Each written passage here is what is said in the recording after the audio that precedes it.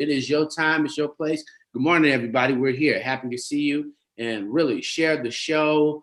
Check out Beauty, the latest, hottest beauty products, of course. The jewelry that Portia makes each and every day. And of course, Shea Where's my Berry. vote? Where's my vote necklace, y'all?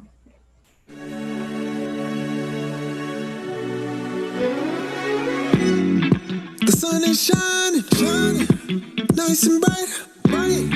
The birds are chirping, chirping, and I'm excited. Time to get ready, ready for another day. No one can stop us. Oh, we gon' learn to play. Oh, every day we learn and play.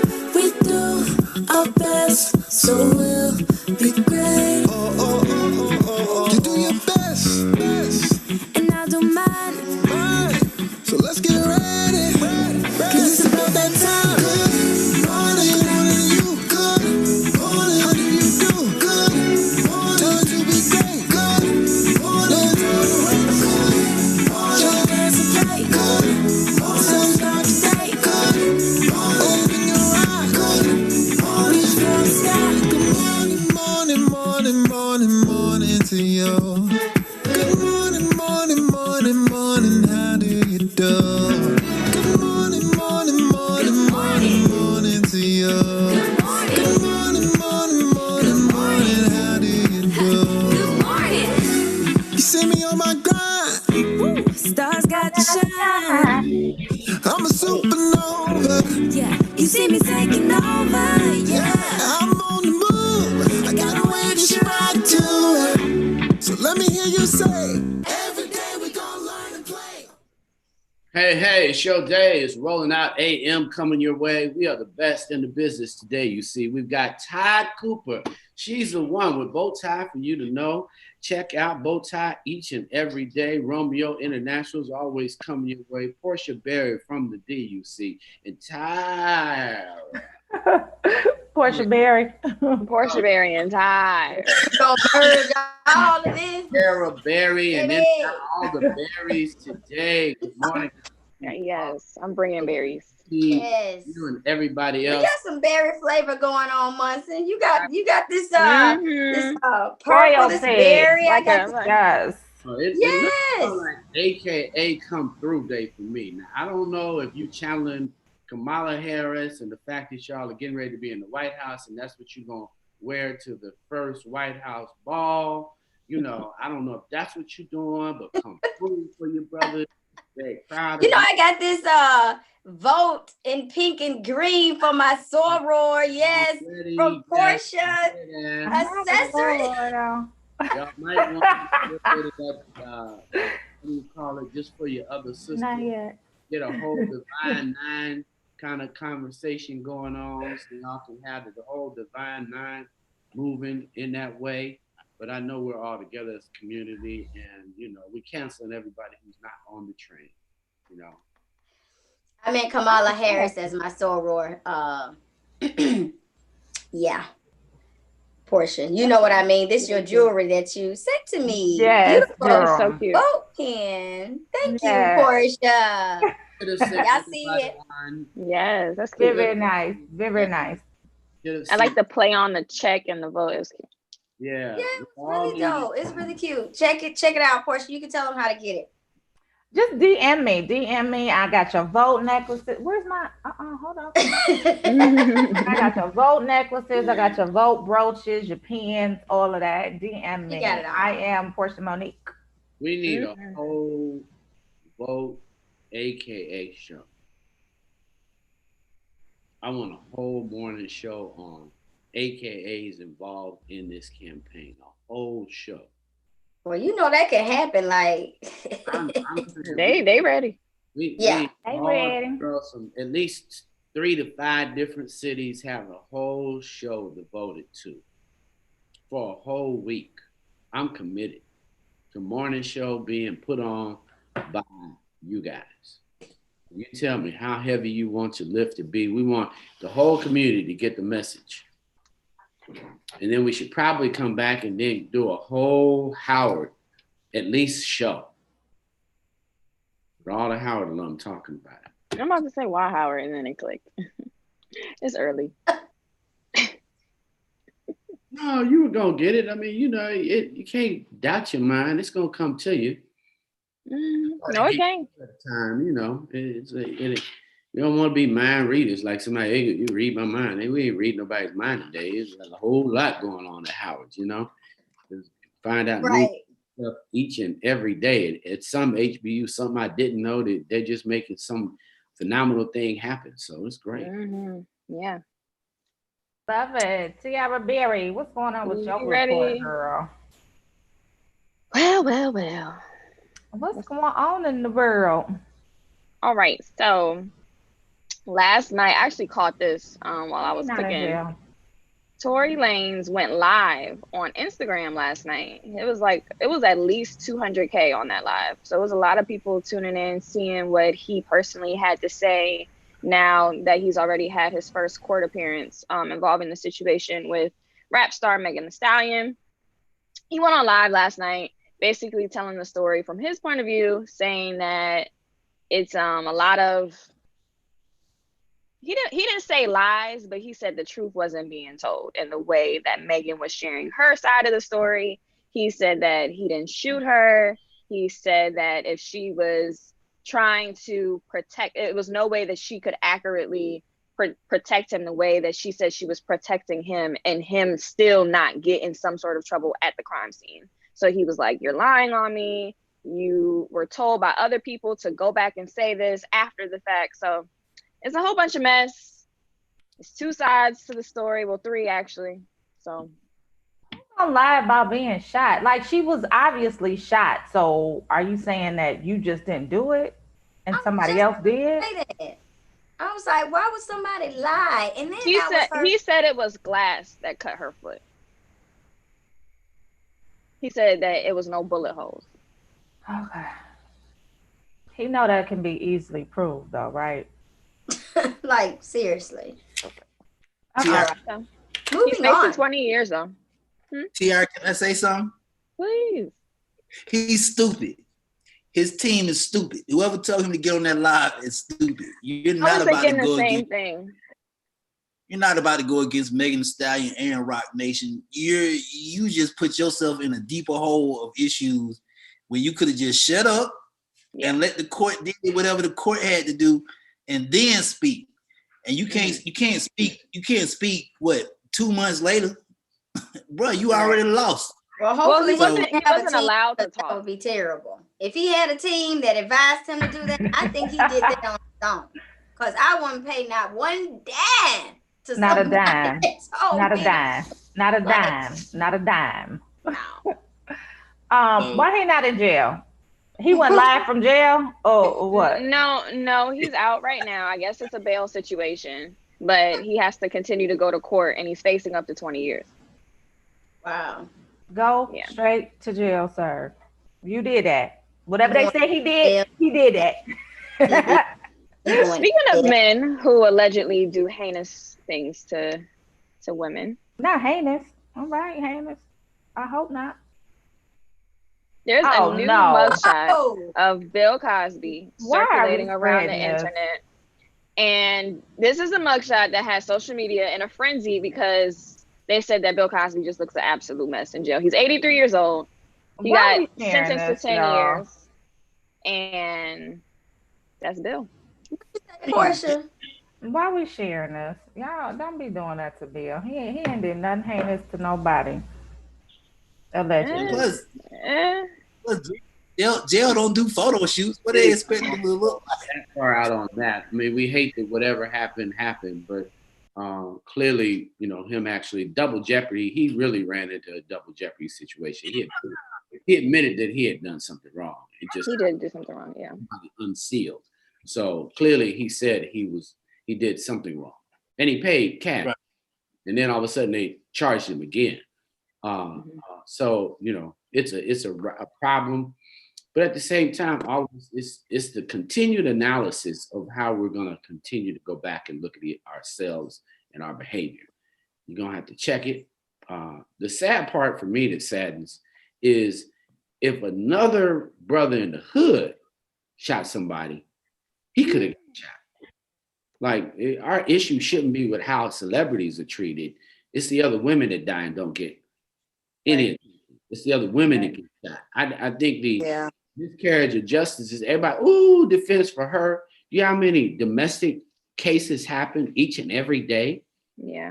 And this is the one that we're concerned with. This is the one that everybody comes out when we're just not anti-domestic violence.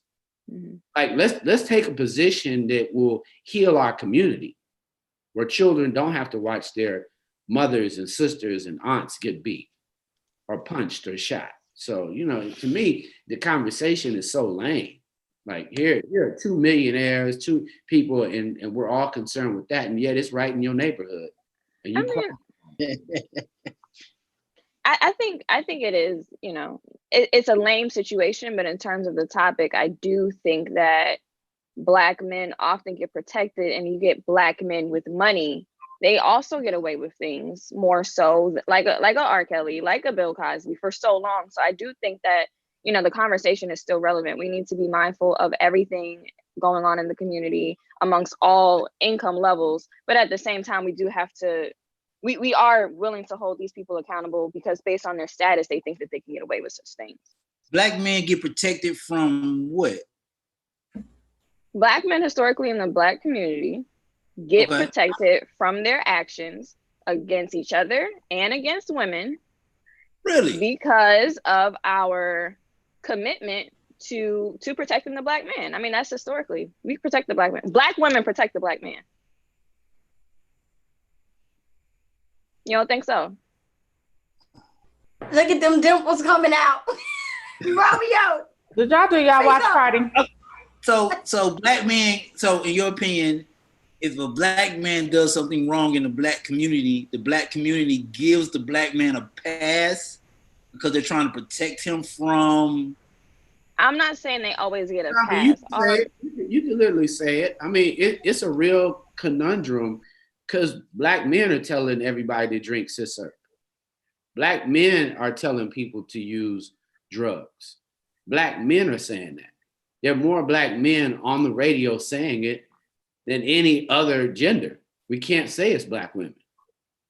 We cannot say that. I mean, it's our truth is the truth. And we just don't want to admit the truth while we're still singing about drugs, while we still have to wear 40 ounces of gold around our neck. No other group does it. Taylor Swift don't do it. We're still proving something. And literally, we didn't mine the gold. It didn't come out of our gold mine. It's just in our mind. And we confuse our community that that's status. Your status should be on what you own, real estate, not your wealth that you're passing down. So, there's some truth in all of that, Romeo. It makes us uncomfortable. It took a long time for people to get a cancel R. Kelly culture. Very long time. Yeah. But nobody really wants to talk about, these other issues that we have as we recount it. I mean, there was a lot of concern. And I think lots of our community, these are just issues that as we heal, we need to eliminate. We need to tell big radio stations, look, you're going to rap about dope and killing each other, and you got y'all record companies gonna just sign guys to do that. We got a lot more to say about the love in our community, what we expect, expectations. There's a lot of other songs you can talk about, So I think there's a question that we got to deal with, Yeah, there's definitely some truth to it. I love when you see Miss Berry come out, because Tiara, I love everything you do, and it's a conversation that has to be had about women protecting their men. Stop loaning your cars. What you say? What? Okay, baby boy. Like, stop loaning them cars. Y'all, stop getting dropped off at work. Stop staying at home. When you got something to do, now you can't go because he got your car. No, when he wrecks the only car y'all had. Yeah. Well, and then can't pay for it. And then can't pay for it. It starts with the parents too. Mothers do it. They protect their babies. It's a lot of coddling. Yeah. We get it. Great. I'm sorry. We get it. Romeo, just say what you're trying to say. What you trying to say? No, I'm agreeing with you. I'm just trying to attach the protection. Black women, y'all do protect y'all black men. I get that. I'm trying to figure out, is that an excuse for the reoccurring of the action? Like, for example, Melissa just said, in one community, I'll put it like this: the community can know who the biggest drug dealer is in the community. Now, is the community telling on the biggest drug dealer? Nope. Sometimes. What? I think that has a lot to do with the respect that drug dealers get. But I think my reference more to was the relationships between partners and people and men and women in relationships, and how that often is a situation where a woman protects a man however he chooses to do wrong and harm to her. Not necessarily like, oh, we gonna just not talk about what the drug dealer's doing, you know? All right, yeah, I think going back to the situation with Tory Lanez, I think that's where you were going with it. It's more so of like, why would she even come out? Because typically a black woman, we will safeguard and no, don't take my man to jail. We be fighting, we be fighting with them. So I think that's what Tierra was talking about in relation to the protection that a black woman have. Even a black woman being a parent, a mother. I'm not a mother, but I see it all the time. Yeah. Even with my mom, my brothers, they did. I ain't gonna put them out on Front Street, but we get a knock at the door. And my mom would be like, who did what? Not my baby. So it's like, it happens in the community. There's definitely some accountability that needs to take place when it comes to protecting and or holding accountable our men. Even with my sons, even, down to my sons, I'll be like, I feel as if I'm not a coddler. Other people will say that I am. But there's some definite truth to what she was saying, Romeo. We do like to protect. Not the entire community though, Romeo. I think you were saying, you were like, the entire community, like every, Yeah, but we know it goes the other way too, like, hold it, Yeah, I can understand. I apologize, Tiara. Like, I can understand you having a responsibility to your own. I can understand Ty or Portia having a responsibility to me. Now, does Ty and Portia have a responsibility to my friends and the people that I hang around? And I don't want that young black man to get in trouble too. I could give a flying flip about them. Hey, worry about me. Save me. Forget them. Right. Yeah. So, I'm with you. Great. All right, I got one more story. This is actually sad. I know you guys are seeing everything that's going on social media in regards to the End SARS protests out in Nigeria. So right now, want to send a lot of love and light out there. Last night, a video went viral of the protests getting really violent. It was gunshots ringing off. It's nobody really knows how many people actually got killed or shot, but as of right now, it's between 3 and 7 people that have gotten shot, is what a lot of reports are coming out saying. And it's rough because it's the government versus the people versus militias versus it's a lot going on out in Nigeria. And how do we end it? Let me tell you something. Yeah, it looks scary. Theirs a little different than ours. There's a time. I was about to say that because I was going to talk about this in my report. I don't know what's going on over there, but socially, the photos that I saw last night the photos and videos I saw disturbed the hell out of me more than the George Floyd protest, like more than the protest that we've been doing. Like, I've never seen people, like, there was this one video where the people were protesting and marching, and I swear to God, they got to the line and the police or whoever that is, they just opened fire. I was like, whoa, I don't even know if I'm supposed to be seeing this. Mm-hmm. Like, it is. Right. It was crazy. But the crazy part too about it, what I saw was that the people, so the police over there initially started out trying to protect the communities from the bad cops. But those bad cops turned into good cops to get them out. And then the cops that came in that were good then turned even worse. Like they became worse than the people that they were trying to get out. That's the crazy part about it. Wow. And there's like no different race either that's against each other. It's the same race. It's the same race. It's just, it's the police brutality against them. It's crazy. Yeah. It looked like that movie Hotel Rwanda. Right. It's definitely gruesome. It's something that I really can't stomach. Like when I see it on my timeline, I cringe and, I scroll past it. So I'm not as up to date as I probably should be, only because I can't stomach the pictures. It's a lot. Gruesome. Yes. Yeah. So I try to read the caption without looking at the picture, but it's just. Yeah. No. So SARS actually stands for Special Anti-Robbery Squad, which was a unit that initiated back in 1984, and it's now disbanded. And since they've disbanded the unit, they've come back trying to get control. And that's what the war right now is about. Yeah. So we're trying to end the Special Anti-Robbery Squad when we say #end SARS. Right now, there's an indefinite 24-hour curfew imposed on Lagos, which is like the most popular city in Nigeria and other regions. And the president, he's scared. He doesn't really know what to do, what to say. He's just trying to get everybody to calm down. Let me tell you something. This is Did he say that? I mean, he acting real like. This, okay. Don't blame that man. This is one of my biggest fears. And I don't even care what people say when they be like, oh, you gotta hope for the best and all that other stuff. Forget all that.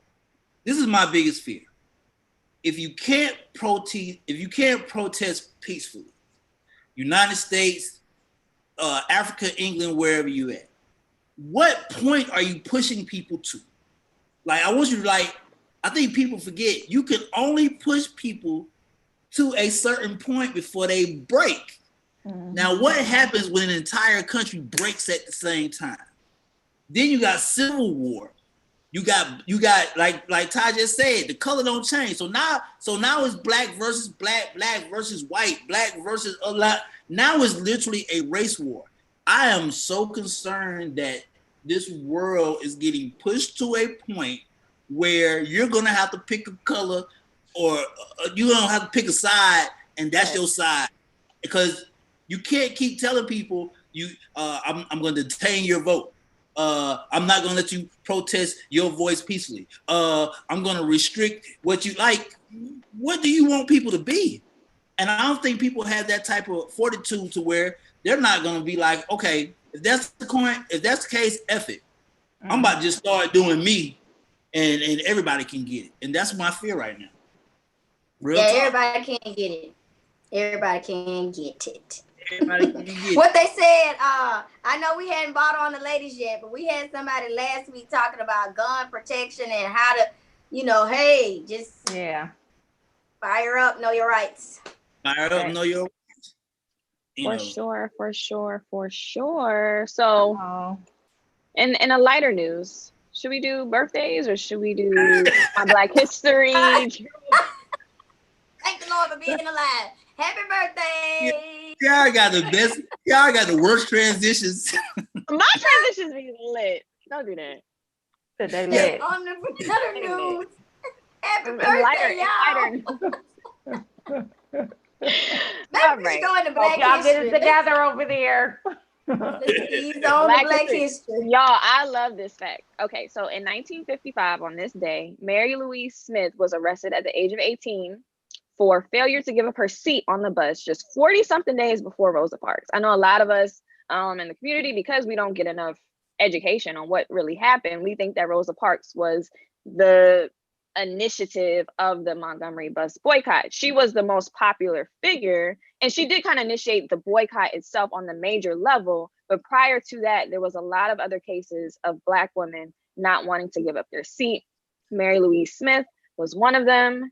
And it was actually her case, along with Rosa Parks' case and 4 other cases, that led to the law that got passed that said that you can't segregate on buses. So shout out to Mary Louise Smith.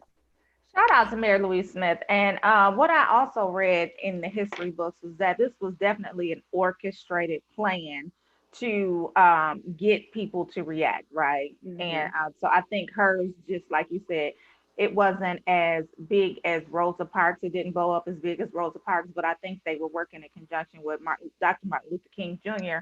And they staged these series of bus sit-ins and or tried to orchestrate, or not tried to, but did orchestrate them, not giving up their seat to cause a bigger reaction.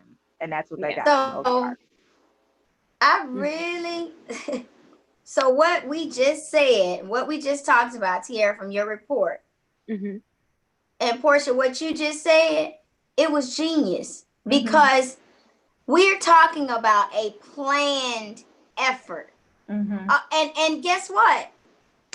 There was a result. Yeah. And it was a good result. But it was planned. So I feel like we need to go back to that and those type of efforts, because like Romeo talked to a little bit earlier, it's going to be riots. It's going to be like chaos all the time. We have to put together a plan in order to get that result, like they did back in the day, like Mary Louise Smith and like Rosa Parks. Like you said, Portia, Martin Luther King, they all worked together and said, okay, we're going to trigger these points. And then there's the result. So we got to do that, y'all, these days. Like I don't feel like there's a plan.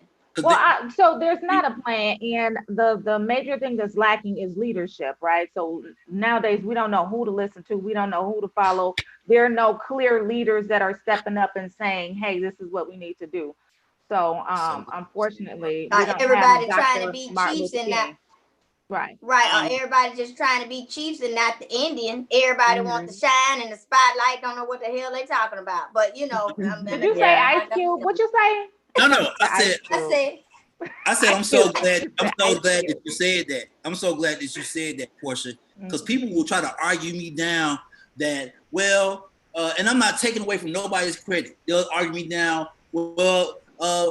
Miss Rice is doing this and so is doing this and so is doing that. I get it. As an individual, they are. But if there's not a public person that that's what I love about back then. Your Al Sharptons, your Martin Luther's, your Malcolm X. Hey, whatever this person says, this is how we move it. And so today, everybody has a voice. Everybody got opinion. Cool. Now the problem is, you got no disrespect. You got T.I. saying this, Ice Cube saying this, so and so saying this, a celebrity saying this, an activist saying this. And nobody's saying the same thing. Like all of y'all talking and nobody's saying the same thing. It's a problem. You know who I would love to see lead, y'all? Cool. Killer Mike. I would follow that. I would follow that. I would damn sure follow that. Yeah. And speaking of Black history, I know we were talking about specifically October 21st, but 1955 was a big year for Black America. That was the year that the Emmett Till situation happened. It was the year of, the start of the Montgomery bus boycott and all of the things that led to that. And that is the year that Lovecraft Country was based on. I finished, by the way, the season. All but right. But if you remember in Lovecraft, when they had the Emmett Till segment, that whole season was based on 1955. Right. Right. And even when I think about it, I can't remember, was it the Selma movie? But going back to Ty's point, I got to go back to Ty's point about organization. I remember in the movie, it was like Martin Luther King. It was like Maynard Jackson. It was like a group of predominantly Black men following his lead. Yeah. Like Adam Clayton Powell too? One of them. Yeah, like no, you can't do that. Like preachers communities and all these other strong black men put their leadership into one black man and said, let's follow this lead. And you're right, it got results. But today, that ain't. Do you think that it's a little bit harder to do that when we can't get together physically? Like, you know how they say the church was a big meeting spot and now we don't really get to go to church and commune and really have these conversations? I would have said yes, that I thought that was an issue had we not been in the age of social media. Back then they didn't have social media, so that was really all that they had.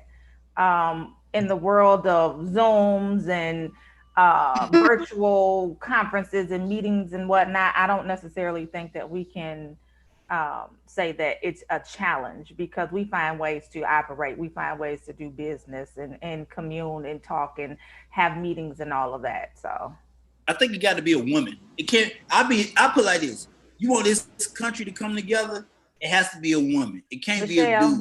Thank you, Mama. Say that. It can't be. I used to think Oprah. No, it does have to be a Michelle Obama, because I guarantee you, Michelle said, "Hey, I'm running for president. Watch everybody get in line. Like literally, watch it. Watch out. Black America would get in line quick." She really don't want to. She at peace. Michelle is paid. Right. She has spent her time, and Michelle is good living her best life. Right. It's a wrap. Good morning, ladies. Good morning. Happy Wellness Wednesday. How's everyone? Wellness Wednesday. Y'all didn't want to know what's going on in Minnesota. Yes, we got like 10 inches of snow yesterday. Oh my God. Don and I are out there. We're already planning trips. How many trips did we plan, Don? We're coming to the I need to come to Minnesota. I need to wear my snow boots. No, come in May. No. Yeah, it was like y'all got 10 inches. That's so crazy. That is crazy. It is. That's crazy. I'm not even wearing a coat yet. Right. Don't rub it in. Yeah, 10 inches. I don't know about no 10 inches, but I'm walking on the beach. Oh, international. I don't know where y'all at. It's all good. Oh, we're in Minnesota. Pray for us. Pray for us. We are, though. It's toasty in our hearts. Yes. You know, I'm toasty in our hearts. Toasty in our hearts. Coming with love. Here we are, all good on Wellness Wednesday. Yes, we are. And we're so excited to have our guest, Alyssa Jones, with us. Good morning, Miss Alyssa. Good morning. I'm delighted to see you, beauties. Good morning. Good morning. Doesn't she have just an excellent voice? I just love I her was voice. just thinking that. Yeah. Thank you kindly. I need that in the morning. Like, what is that? Right. Thank you. I know. I'm delighted to be here. Yeah. Wow. Good. It's like it should be an alarm. Wake up, darling. Get up. Good morning, beauty. It's time to get up. Yeah. Call me every morning. That'd be wonderful. Thank you. You got it. Thank you. I need you to be my Alexa. She's Alexa. She's our Alexa. No, give me a different name, beauties. Give me the sister name, whatever that's going to be. Don't give me no Alexa. I'm a sister. I want my sister name. Right. Alexia. How about there you go. Alexia. Alexia. That's funny, Ty. Always have to have flavor. Always. That's just who we are. We can't let our ancestors down. This is what we are. That's exactly right. Right. Don, you want to start us off? Well, I thought you would do the introduction and I will do the questions, if that's okay with you, my lady. Well, yes. Okay. So Miss Alyssa Jones here. She is just a plethora of different things that she does. We're so excited to have her here this morning. I met Alyssa at a social equity event, and she was facilitating it, and her energy was everything. She does so much work. She has her own show on a radio station here called KMLJ.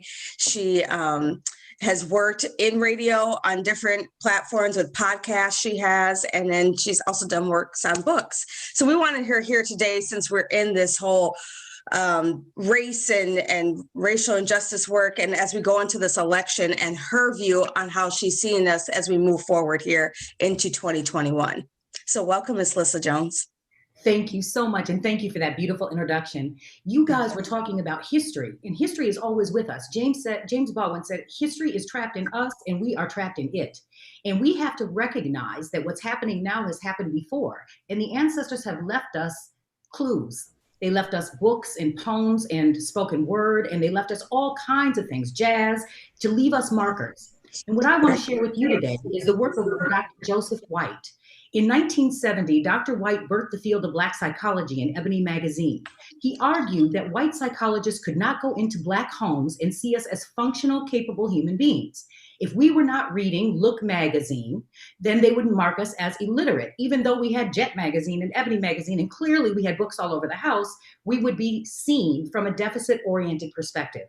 So Dr. White decided to birth the field of Black psychology and argue that we need Black psychologists to assess the psychological health of Black people properly.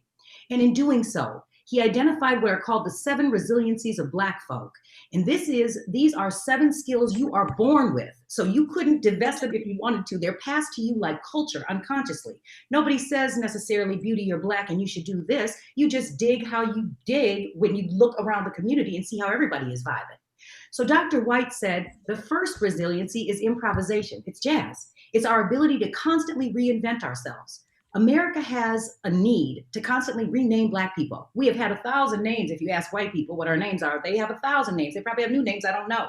But our ability to improvise and to be different people in the moment as is required, protest when it's required, take a knee when it's required, wear a t-shirt when it's required, sing it out when it's required, that's improvisation. Number 2, resilience. We know how to bounce back with the get back, you dig? When things happen to Black people for 400 years, it's the miracle is we're still here, Beauty. That's the miracle. Right. It's not even that we're fighting, we're still here. All the things that are being done to us. Lucille Clifton has her poem One. Something has tried to kill me every day, and yet I'm still here. I won. So that's what she's talking about. Connectedness to others. Black people need other Black people, you dig? We need to be in the village. We have to be with each other. Even if they say we argue and they create the myth of Black on Black crime, we need our ability to be together, to be strong. This is why the system of enslavement that was used across the world used the debilitation of the family structure as the primary means of social control. It's why mass incarceration kills us on the inside, because our people are not there. They talk about empty chairs. We have empty fields all over of chairs of people who are missing. So we know how to be connected to each other. We have spirituality. We're not talking about religion. We're talking about a spiritual place that allows you to have that deep kind of pain that killed George Floyd right in front of us and recognize that it's calling us, as he called his mother, to our responsibility to fight back, to be responsible in his name, in the name of all the others, Jamar Clark and Philando Castile and countless others who are calling out, if you don't say anything, the very rocks will cry out. Spirituality. 5, emotional vitality. This is our ability to have a zest for life, what you beauties were doing this morning when you welcomed me so beautifully. All of you looked so wonderful, and you have this gorgeous zest for life, and you're sharing your ideas all across the world. That is what he's talking about, emotional vitality. Gallows humor. The ability to laugh even when you want to cry. I mean, beauties, as a Black mother and grandmother, you know how many days I'd like to spend just in my bed laying down. I'd rather stay there, but I can't because I'm required to get up and come out anyway.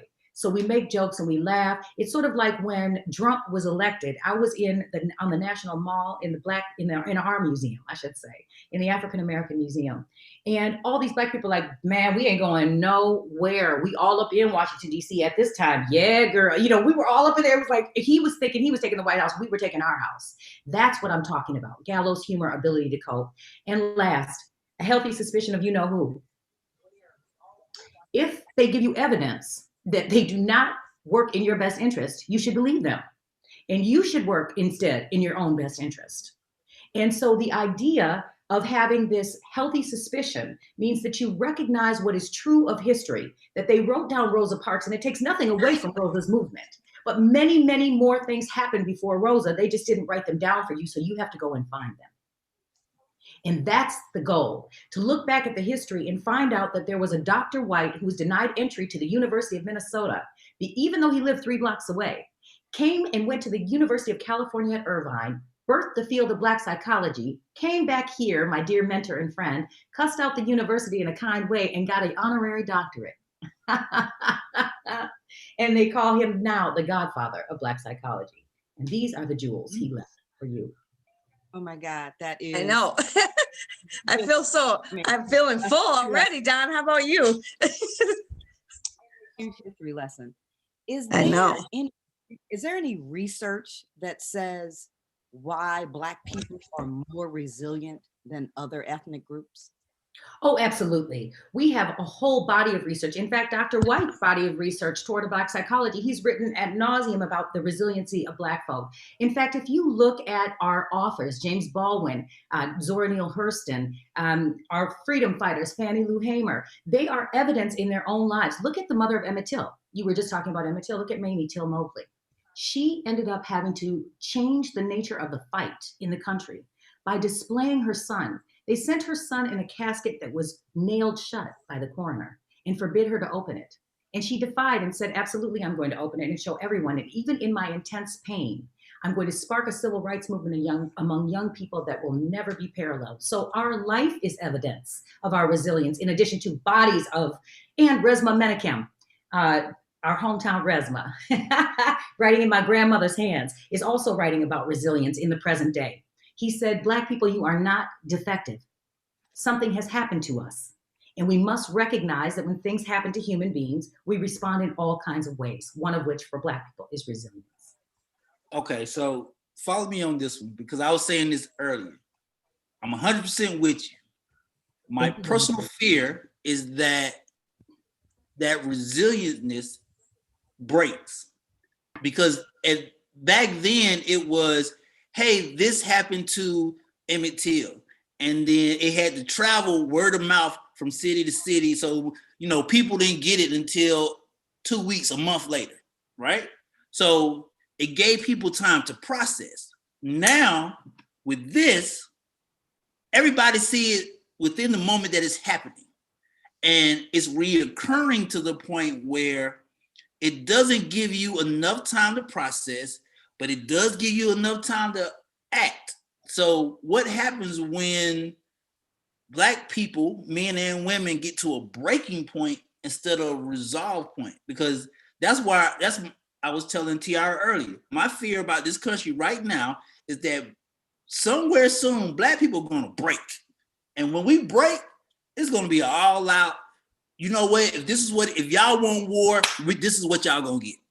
Because they're not giving us enough time to process and resolve or even contemplate what actually is going on right now. Do you see that as well? Oh, that's very thoughtful perspective. And I agree that there will be groups of people. I think one of the myths I like to bust is that there was not one universal civil rights movement. So, for example, do you know that the women in the civil rights movement at the March on Washington were sent down a separate street with Bayard Rustin so that the men in the march could be seen as front and center? When you look at the number of women who were on the dais opposed to the number of men, you'll see that it was very orchestrated. The role of women was really diminished. And so we see this picture of one movement, but that wasn't true. There were millions of movements, the Panthers and Malcolm and all kinds of movements. In fact, the Panthers were run mostly by women, but I have an interview on that. That's a different story. Get it, Black women. Nonetheless, yes, there will be a contingent of Black people. Langston Hughes said, Negro, sweet, meek, docile, and kind. Beware the day they change their mind. So yes, there will absolutely be a contingent of Black people who say, that's it, let's snap off. Because why? Because we're human, not because we're Black. Because you can only press somebody so long before they clap back. There will also be people who choose to write it out in spoken word. There'll be people who leave books. There'll be people who do all kinds of things. So the resistance is going to come in thousands of ways. Our backs will not break. You have 400 years of evidence. We keep moving. Our hearts might be broken, but our backs are not. And that's what we must remember. We must remember. So the soldier might have to fight, and the writer will have to write, and the poet will have to teach, and the teacher will have to pray. Those are the things that we do, and those are the things we have always done. And that's the story. They want you to think we did one thing so that you can knock out the head of the beast. You can't knock this out, baby. We're still right. Okay, Romeo, you're right. I love this. I like that. I have a question. I like that. Alyssa, I have a question. So since we are such resilient people, and resiliency is about successfully dealing with whatever life challenges we are confronted with, you know, racism is our hugest challenge. What are some strategies that help people overcome challenges, trauma, crisis that are applicable in dealing with racism? Excellent. One thing is, I think that we need to recognize in Hennepin County, they have declared racism as a public health issue. Yes. Einstein actually went around the world teaching at HBCUs. They never tell you this. They talk about Einstein E = MC squared, but he had a very serious problem with racism against Black people. Now, he had issues with racism against other people, but he was very serious about the issue of racism about being a disease of white people. This is what he talked about. So one thing I think is that Black people need to be told therapy is healthy. The healthiest people I know get therapy. So don't let nobody lie to you and say, stay sick. That's dumb. Live your life, get therapy. Secondly, read your history, current and past. If you're reading Ta-Nehisi Coates, Between the World and Me, you're also reading James Baldwin, The Fire Next Time. Get grounded and know what you're talking about. Be connected to other Black people, because that's the way you can go into a place and you ain't even got to say a word, boo. We know exactly what you up against, honey. Come on in and sit down at this kitchen table and get you some love. You know what I mean? That's why I wore this love shirt. I couldn't find my Good Trouble t-shirt, so I wore my love shirt. So that's the kind of thing, connectedness to others, being improvising, deciding, you know what? You're not going to do that to me today, Kim. I'm not about to show up like that, Becky, so you can miss me. You see, when I go into a room, I don't try to adapt to the room. I try to influence the energy in the room. This is what the ancestors are asking me for. I don't go in with a low self-esteem. I love being Black. And I think everybody knows that about me, because when I walk in a room that's not Black, they're like, something. And I do. If I woke up anything other than Black, I would have a heart attack and probably die. I love it. I think you said that, Alyssa, at that event we were at. And all the white people stopped. They just looked at her, y'all. She was like, I love being Black and I don't ever want to be. And they were like, period. I love it. It's amazing. I could use a little more chocolate. I ain't mad, but nonetheless, I got a little something. Black is Black. Black is Black, beauty. No. I do have a quick question for you. As you know, the election is coming up. Regardless of who wins, what should be the agenda for Black people going forward? I'm 22 years old, and I really just want to know, how can I be as impactful? How can my community be as impactful, regardless of who wins this election? That's an excellent question, and I love your forethought about whoever wins, what do we need to do? First, we really do need to get grounded in our history. We need to have people in your age group knowing and understanding what's really going on, because what's happened before is what's happening now. You can't dismantle something if you don't understand what it is. And this thing is long in the tooth. It has been growing for 400 years. That's actually a strategy for us. It's easy for us to knock it out because it can't move very quickly. Second, vote. Pay attention to the courts, because that's where we have got most of our rights. My concern for your generation and the rest of my life is that we're going to be fighting for the Civil Rights Act. We're going to be fighting for the Voting Rights Act. Malcolm said if we were citizens of the United States, we wouldn't need all the acts and amendments. Pay attention, beauties. That's what I So in a way, the way forward is to get rid of all the amendments and the acts and be a citizen of the United States with the full rights of the United States, and stop giving us a check we can't cash or an IOU that's old. It's old as 400 years. Right. So those are the things I think are important. Get read up, get fed up, stick together, and recognize you can buck in all kinds of ways. You're going to need all of us to make this thing, to knock this thing out. White supremacy is a big thing. I love that. Thank you. Thank you, beauties. Yes. Every time she speaks, she just drops the mic every time. I'm like, bam, bam. Love her.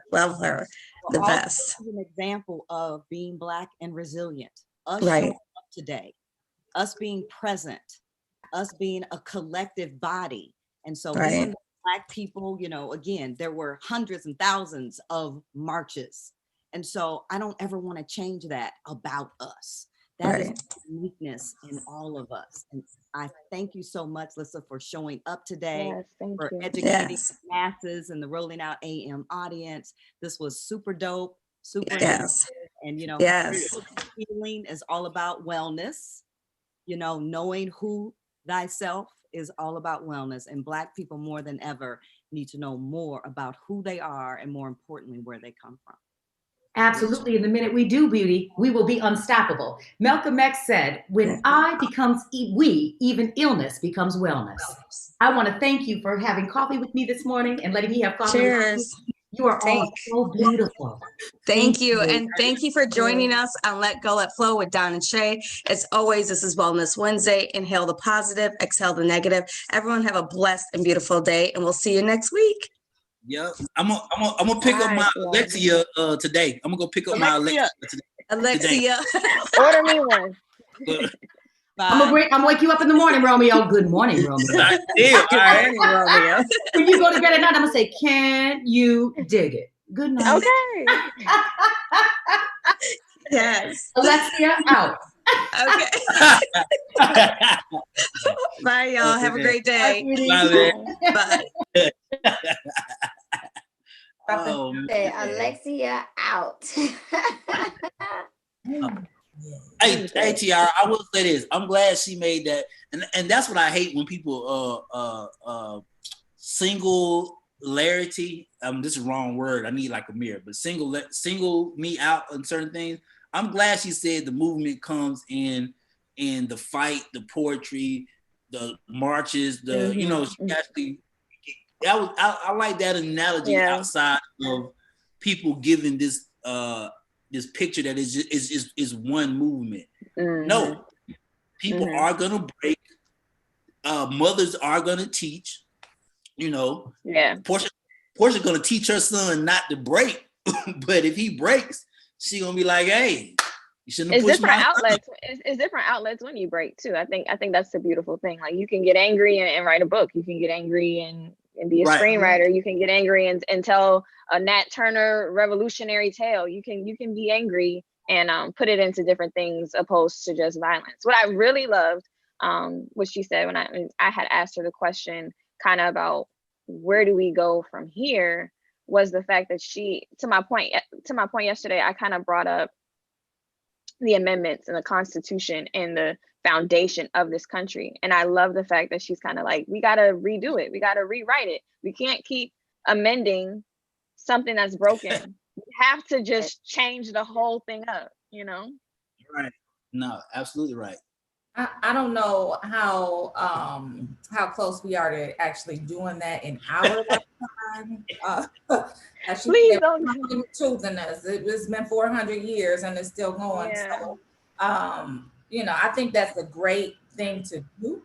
I just don't know how realistic it is that we'll see it in our lifetime. Well, definitely not me. Maybe you, Tiara, but I don't know if I'll see it. Well, if I'm 95, I don't know if Portia, she ain't that much younger than you. Portia act like she like 50 years. No, you only 25, Portia. What are you talking about? 29. I'm sorry, you're only 29. Jesus. But no, I agree with Portia though. I don't. And this is not to be a downer. I don't see it. I'm not trying to be funny. I don't see, if you're telling me, like Portia said, if you're telling me everybody on one accord and everybody is treated the same fairly, Ty? Do you think that America sells that illusion and it's just a lie, or what? I want to hope. And we gonna want to pray, but I agree with Portia and Romeo here. I don't think it's a lie. I don't think they're selling the drink. We see it. Even on a basic level, fair wages, think about the basic stuff we're still fighting for. Fair wages, human rights. Like, Jesus Christ. That's really the question that I have. I'm like, am I asking for too much? Is this never? Look, is this what I was really born into? Like, I'm asking my parents, like, we've been doing this for how long? 400 years. Make it make sense. That's why I have a lot of respect for people who work in essential places. Like, to me, if you work at Walmart or Target, you should be making $15, $20 an hour. My personal opinion, because I shop in there. I see all the stuff that just speaking for me, Ty, I see all the stuff that I don't put back in the right place, or I done knocked over, or, you know what I'm saying? I see the mess that I create. So if I triple that times as many people that come in there a day, you deserve the basic wages of whatever. But people are still fighting for the simplicity of that. Come on, man. That's weird. You can't even get black youth are still fighting. You HBCU, so is Portia and Ty. Black youth are still fighting for even education. Even. Yeah. Like I had I went to a different type of school, but yeah, I had the luxury of computers and all this other stuff. It would blow me away when I talk to my cousins and they'll be like, I'll be visiting them and they'll be studying from a book. And I'll be like, y'all can't Google? Like the basic stuff, man. And even when it comes to going to HBCUs are very expensive. So it's almost as if it's an elitist thing to be an HBCU student. And there's a lot of people, a part of the Black community, that need to be able to go to HBCUs, and they need that affordability to be able to go and get educated on our history. So, that's another thing too. Within our own community, there is a class system and capitalism and how that disrupts our education and the access to it. Yeah, but it wasn't always like that though. Cause I remember it was like almost frowned upon for going to an HBCU. Like they would, a lot of the HBCUs were losing accreditation because of all type of fraudulent things, or just like the narrative around HBCUs were really plummeting very badly. And it was like, oh, you going to an HBCU? Like, oh, but I see that narrative changing, but it had not always been like that. Portia, I don't know if, that was the case with you, but I was always proud to have gone to an HBCU. But you're right. It's super expensive. Like, it's crazy expensive. It's almost like you can't come here, or you have to take out literally so many loans to the point you feel like you're paying on a mortgage. Like you got a house. Like, but I do. My degree is my house. That's where I live. Yeah. I live at 350 Summer Lane. And then you find out your senior year that the college lost accreditation. Like, okay, I'm having flashbacks. Let me just calm down. But we need to put back into our community. We need to really lift up those that are going to HBCUs. It is amazing thing, but if there's no resources, if there's no push from leaders that we don't have, like Portia said, right now is nobody that's really leading us. But I think we'll get there, but like they said, I don't know if it's gonna be in our lifetime. Let me ask y'all this. If not, and I can't, I went to PWI, HBCU, the community college level. If the community college was free for 2 years, would we see an increase in Black people going to school? No. I doubt it. I think we've already seen an increase in Black people going to school. Damn. I think. Yeah, the community. Wait a minute, Portia. Bring it back. No. I think. I don't know. Okay, I'm just zipping. Go ahead, Tiara. I think that like to Tiara's point, there's been an increase in enrollment and people going back to school. But Romeo, you spoke specifically to a community college, right? Like if community college was free, or if they allowed college in general for your freshman year to be free, and then if you wanted to continue your education after that, then you'll have to pay. But let's say your freshman year, you got to go to school. Would you see an increase in Black men, Black women making that a priority? Okay, so you're saying in general, not community college. Let's say in general. Yeah. Oh, okay, yeah. Community college, for those who have to attend community college, it's a way out. But I don't recommend community college when you can just go straight to college. How come? I'm curious. University. What'd you say? I'm curious. How come?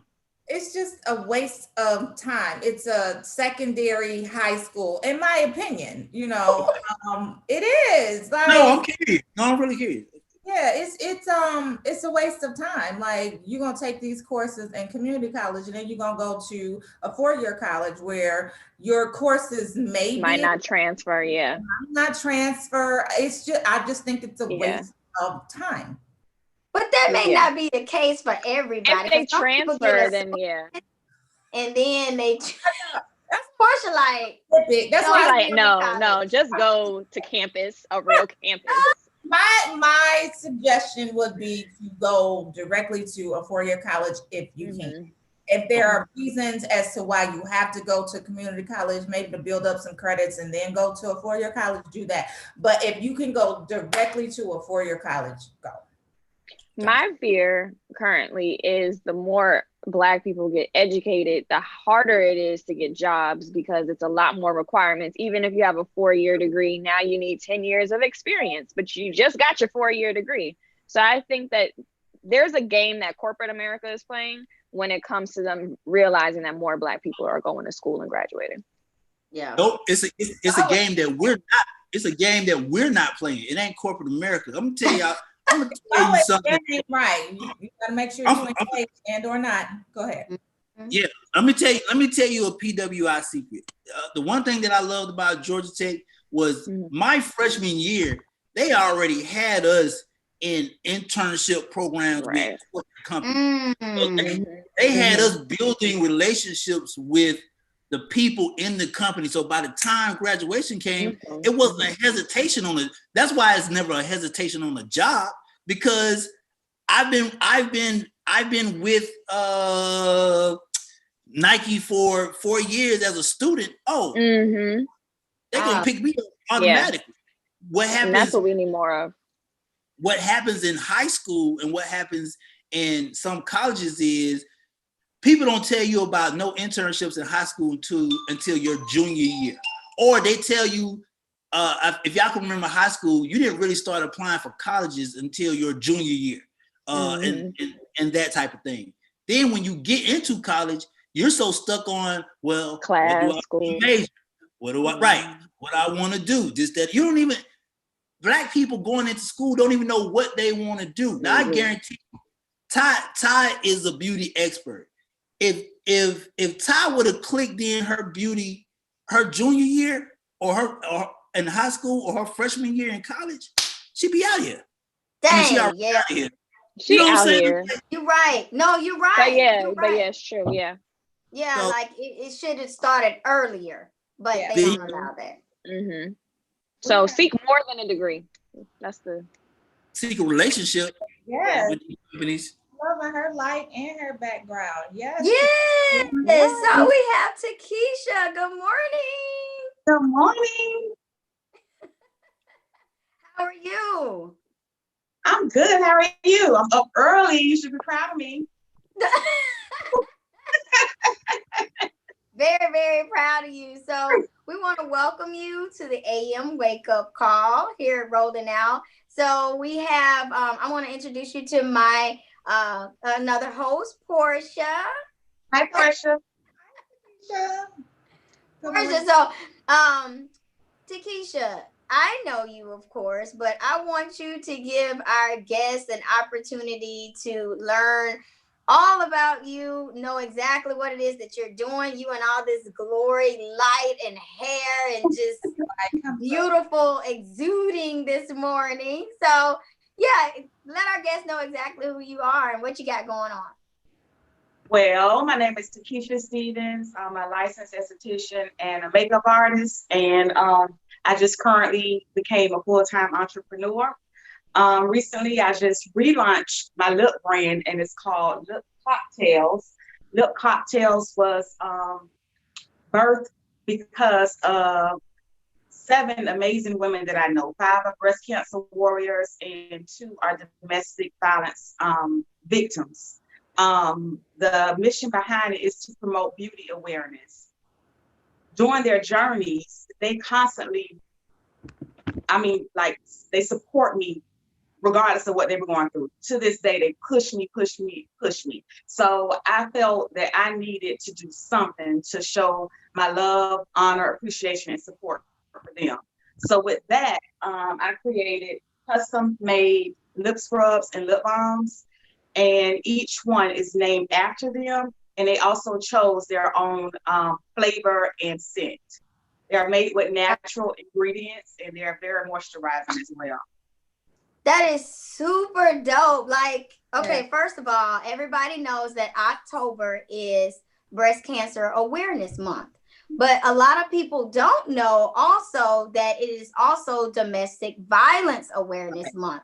So that is amazing that you're in the beauty field, you're a licensed esthetician, and you have tapped into your clients and their needs and decided to supply it from a beauty standpoint. That is amazing. So let's talk a little bit about, so first of all, y'all, I'm sorry, Portia, we got to get you some. Keisha, you got to send Portia some. So I have my lip cocktails here, and it is a lip scrub. Oh my God, it smells amazing. As y'all can see, which one is this one, Keisha? This is the berry, strawberry. Yes. That's the Lee's Berrylicious. So that's named after one of my domestic violence survivors, Leanne Daniels. Her husband tried to murder her. It did not work.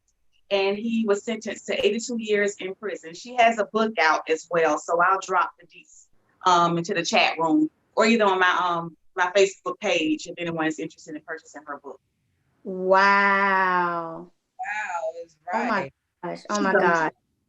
Amazing. Run marathons and everything. Like nothing ever happened. She did not let it hinder her or discourage her. All of the ladies are amazing. They're so encouraging. So if they, do you have any other products that is in, I guess, in homage of another warrior or breast cancer awareness or domestic violence person? Because I see we have some other guests on, and so they can go ahead and come on if they like, so that way you can talk about their journey and their story. I have Trishawn Giles. Her cocktail is Trish Peanut Punch, and she can explain to you why she chose their name. I wanted to include them in this relaunch because the last time I launched my lip brand, I chose a color for them and I named it after them. This one, I wanted them to be more involved. So with that, they chose their flavor, their scent, as well as their name. So Trish Peanut Punch is named after her. It's a pina colada flavor, and Just Dreams is orange flavored. So it's Jessica Florence and Trishawn Giles. I have one here. My other domestic violence survivor was actually my little cousin, and she was murdered by her husband 2 years ago. So hers is Brits Listen Lemon. Her favorite saying was listen, just listen. So I named it Brits Listen Lemon after her. Oh, wow. So first of all, we want to welcome these beautiful ladies on. Hi, Jessica. Hi. Sean, is that how you pronounce your name? Trishawn.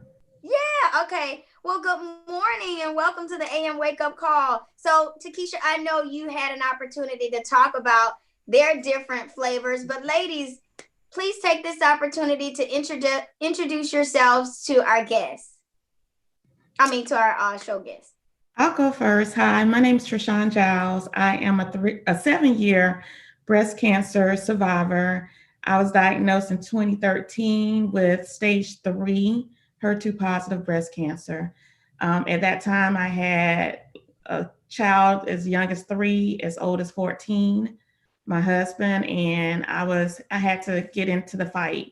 So my lip cocktail is called Trish Peanut Punch because as I had to fight breast cancer, I gave it a TKO. So that was my little scene. Wow. So I appreciate Takisha for coming up with this line. It's really inspiring and it's amazing as well. Awesome. Jessica. Hey, good morning.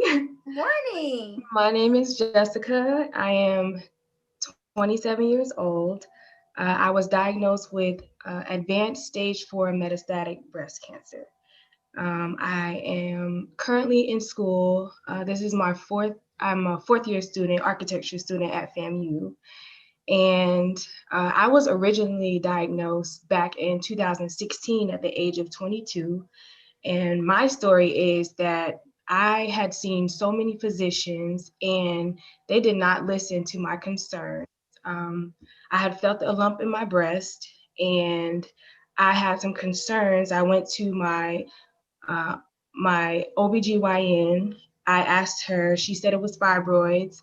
I got some tests done from some other physicians. They said it was fibroids too. So I was misdiagnosed. And I feel like if they would have just listened, took my concerns more serious, that they could have done protocol by giving me a biopsy to test the lump and know that it was breast cancer. You can't just assume by someone's age that they're too young to have breast cancer. And that's the notion that I was given, that I was too young to have breast cancer. So they didn't do anything about it until I had to keep seeing people and telling them that I'm having these issues and concerns. But my cocktail was Just Dream. I always dreamed of, this perfect life of mine. And as a little girl, like I used to go to the corner store to get the orange stickles, and that was my favorite treat. That's what made me happy. So I thought about Just Dream. Ooh, y'all finna make me cry. Look, I'm choking up. Like, Keisha, why did you do this early this morning? Oh my gosh. So ladies, your stories are absolutely amazing. And I know this is quite healing or ministering to our listeners that's out there. But I'm going to take this opportunity and really just ask you more about Jessica or Trishawn. Where did that fight come from? Because you all are survivors and you went above and beyond to find out what those results were. Like, you weren't scared. Like, so what was that push? What did that zealous, like, what did that urge, where did your fight come from? For me, when I was going through it, my parents, they did a lot of crying, and this was not something they could foresee. This is not something that I could foresee.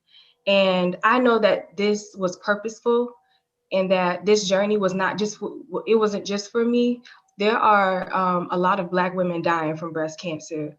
So that was another fight for me, because I had to show these women that you can live. You don't have to live to die. You have to fight to live. And so my inspiration was Trishawn. I tell her this all the time, like, she fought so hard. And I was like, if this is what the other side looks like, this is what I want to look like. This is where I want to be. Wow, Trishawn. Okay, like, you're inspiring already. Y'all you crying. We all about to get to cry. Trishawn. Oh my God, that was amazing, Jessica. Thank you for sharing that. No problem. Jessica is amazing. I mean, for me, I was 38 going on 39. I was diagnosed on my 39th birthday. And for my 39th birthday, I had all these plans. I took off the day I was going to spend time with my kids. And I got this diagnosis over the phone that I had breast cancer. And at that time, I wanted to just crawl into a hole. I wanted to just not come out, not share my story with anyone. But I had a 3-year-old looking at me, my oldest son, he was 14, and I was just looking at them and my husband on my birthday. And I was just like, I can't crawl into a hole. I have them looking at me, wanting me to be there for them. So I had to fight. I mean, my family was my motivation. My friends were my motivation. Takisha was my motivation. She was there for me every step of the way. And then in the middle of me coming out of breast cancer treatment, I met Jessica. And it's like, people are put into your lives for a reason. And I think Jessica, she says that I motivated her and I was her inspiration, but she was mine because I couldn't fail. I had her looking at me. I'm motivating her. I'm trying to motivate her. Sometimes I didn't feel like motivating anyone, but talking to her pushed me even further. So, I mean, you have to look at it as it's not about you. God placed a journey in your lap for a reason, and you have to take that journey and turned what they say lemon into lemonade, but we turned it into pink lemonade. So we have to just get out there and fight. Well, y'all turn it into these beautiful cosmetics, lip cocktails into all different flavors that Takisha amazingly executed. I have mine, Takisha. I have some hosts, my host on board. They're waiting for their lip scrubs. I think okay, all right. Portia's like, okay. And we have Tierra Berry that I'm sure they would love to try this out as well. But this was amazing. The fact that you even took the opportunity to say, okay, I'm not just going to make any type of product or any cosmetic. I'm going to have this with a purpose. Like, it is with a purpose, and that purpose is giving back. And like you said, Jessica, it's I want to not live to die. I want to live. Like, and Trishawn was an example of, you looked at it and was like, I'm going to use my sister and I'm going to look at her for inspiration. I love that all of this has come full circle. And Takisha, you've done an amazing job by giving back and placing awareness amongst everybody. So, Takisha, what else? How can they find you? How can they find out more about your products and your initiatives to give back? I have a website, www.lipcocktails.com, and cocktail starts with a K. An Etsy store page, as well as Facebook and Instagram, lipcocktails.com. And also a portion of the proceeds I will be donating to different nonprofit organizations. The first one being Trishawn. I don't know why she didn't mention her. She has her own nonprofit organization called Giles Jewels, where she actually helps other breast cancer survivors, warriors, those who are currently going through treatment, their families. She does it because she knows what she went through and what she experienced. So we all collectively help her with that. But she has her own foundation. It's called Giles Jewels. So I will be donating to her foundation this month. Wow, that is amazing. So Sean, you're on mute. But that is amazing, and we are going to definitely touch base. I would love to see us all collectively do something. So let's keep in touch. Let's talk about it. But breast cancer awareness and domestic violence awareness, it should not be just talked about for 1 month. It should be talked about year round, because like each of you has stated, it affects everyone, regardless of your age.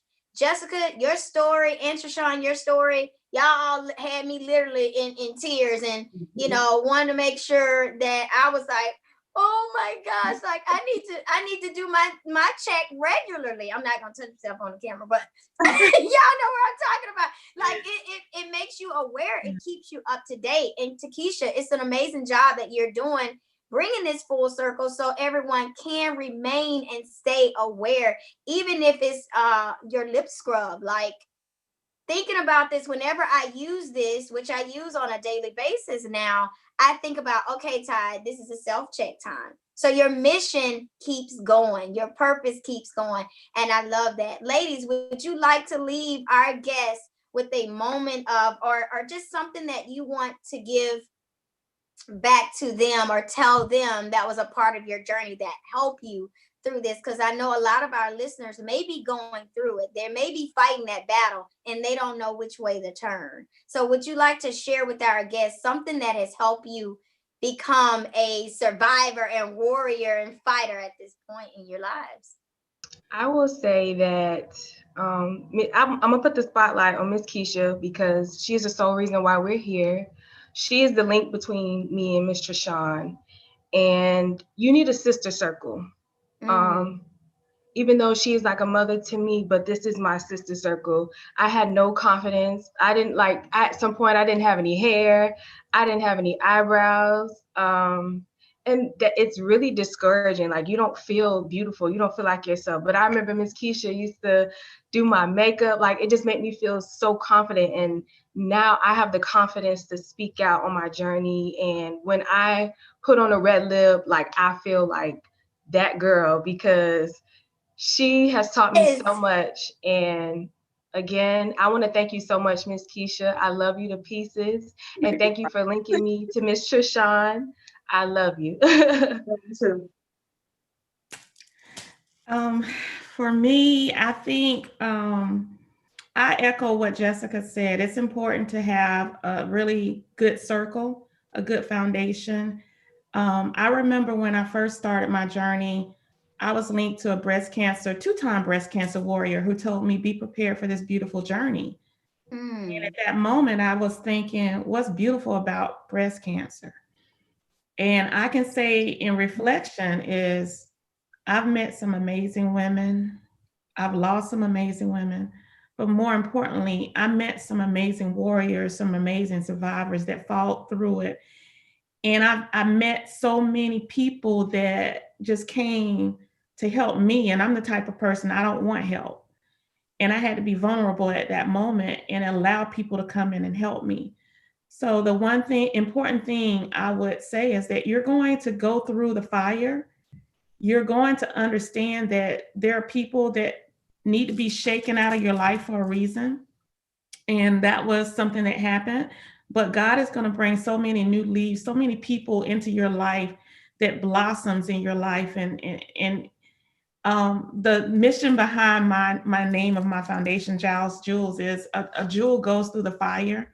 It goes in as a rock and it comes out shining as a precious stone, as a diamond. And that's how I felt our journey was. We went in looking busted, disgusted, messed up. And look at us now. We don't look like what we've been through. Jessica doesn't look like she's a stage 4 warrior. No. I mean, she's beautiful. She was so shy when I met her, and look at her now. Wow. So take your journey, embrace your journey. It's a beautiful, beautiful journey. Wow. Takisha, what do you want to leave our guests with? You made this amazing product. You brought these ladies together. Y'all know I was going to pull on her because she's the orchestrator of it all. And she's like, what do you want me to say, Ty? Leave our guests with some inspiration. You've launched an amazing product. You're making things come full circle for not just professionals in the beauty industry, but also tapping back into what makes us beautiful externally and internally.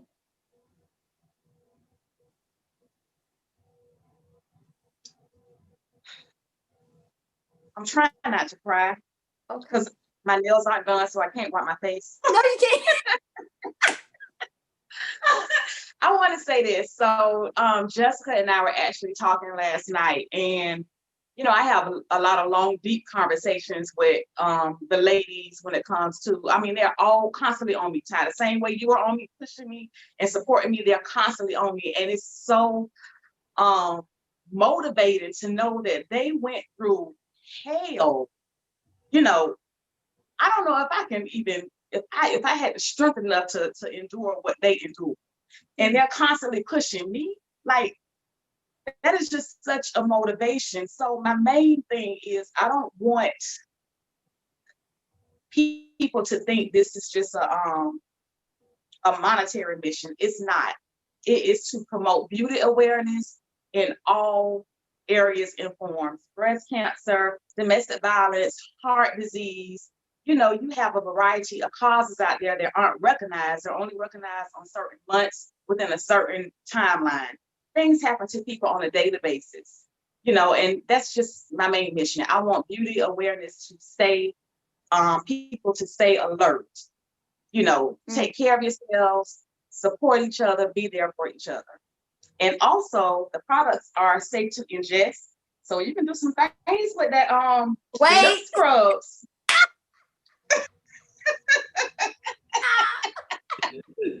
I'm gonna leave it at that. Look, we're gonna cut. I love it. Takisha, I love your mission. You know how much I respect you and love you. Trishawn, what you said was a beautiful journey. You know, it is, as beauty professionals like Takisha put it, beauty is in the eye of the beholder, but it's also how you think of what beauty is. So it could be ugly to others, but if it's beautiful to you, then that truly ministers to your spirit. So I definitely want to thank all of you for coming on the AM Wake Up Call, sharing your lives and your journey, just pouring out. I know we didn't shed a couple of tears, but this was good. And we definitely appreciate all of you coming on, but please, please, please do not forget to continue to share your journeys. Like Takisha said, we want everybody to remain on alert, not just for 1 month, but throughout our lives. So thank you again all for sharing your stories, your beautiful stories, as Trishawn put it, your beautiful journeys. Thank you so very much for coming on board. Thank you, Ty. Bye, ladies. Bye. We definitely appreciate it. Love you all. Love you too. Great job, Keisha. Thank you. Bye. So that was definitely amazing. My host, co-host, need to come back on because I'm looking like, hey y'all, hey. I'm trying to keep myself together. That was so inspiring, really. That was definitely inspirational, and shout out to her for even starting a movement like that and honoring these ladies while they're still alive. Like, that's definitely something that I would like to support. Yeah. And the fact that, like, we have to be careful too when people are diagnosed or you're fighting that and you're going through chemo and things like that. It's really important what you actually ingest and what you put on your face, because it goes through your pores and it can cause even more harm to your body if it's not all natural, or just in general. And the survivors or the fighters of breast cancer, they have to be careful because they're going through chemo and those machines, and they have to really be mindful of what they use, and they can't use a lot of beauty products. So they get their hair cut off and they have to be careful what they put on their hair or on their lips or whatever the case may be. But I think that's really special that she has gone to those lengths to give back to those ladies to make sure they do feel beautiful. Yeah. 22 is very, very, very young. And as in the young lady's case here, pay attention to your bodies, ladies, and make sure that you're advocating for yourself and telling these doctors, nope, it's something going on. Nope, let me go back. Nope. And, for them to tell her that it was fibroids. Anyway, shout out to her. The strength, the resilience, the determination for all of them really is something to admire. It ain't even the resilience. Ty got me paying attention all in my feelings. Let me tell you something, what I heard. To be that strong of a woman and still see the beauty in yourself. Do you understand how mentally, like, take the physical out? Do you understand how mentally aware you have to still see the beauty in every single thing that you're going through? That's what I heard. Not even in life. I'm talking about within themselves. Like, what I took from that conversation was these two women still found the beauty within themselves. The woman was like, it was my birthday, and I'm looking at my husband, and I'm looking at my kids, like, and they looking at me. Yeah, I would have been like, I think it speaks to how resilient Black women are. Like, I really feel like that's been the theme of the show today, just resilience, how you could be down, but you are not out, period. Yeah. Right, like she said, don't live to die. Yeah. We had a show, we did Health IQ yesterday with Spinderella and Dr. Olapade. She's from Chicago. Nonetheless, they were just dropping knowledge about breast cancer and making sure that we are self-aware and we're doing our self-examinations, and you need to do them earlier, as a testament to the young lady that was here. Jessica,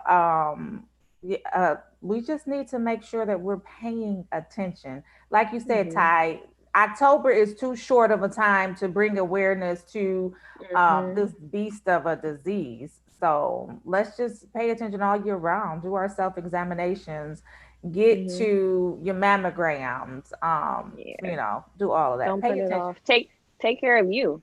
You know, advocate for yourselves. Yes, absolutely. Yeah, that was key, especially when Jessica, she was talking about it. She was like, it was fibroid. I would have been like, oh, thank you, Lord, it's just fibroid, and I would have kept going. Like, she was like, no, it's not. But like you said, Portia, make sure you know your body and you're listening to your body. And they say they experts, but y'all, they not God. That's the only expert, Ty. Okay, that's a head physician right there. Okay.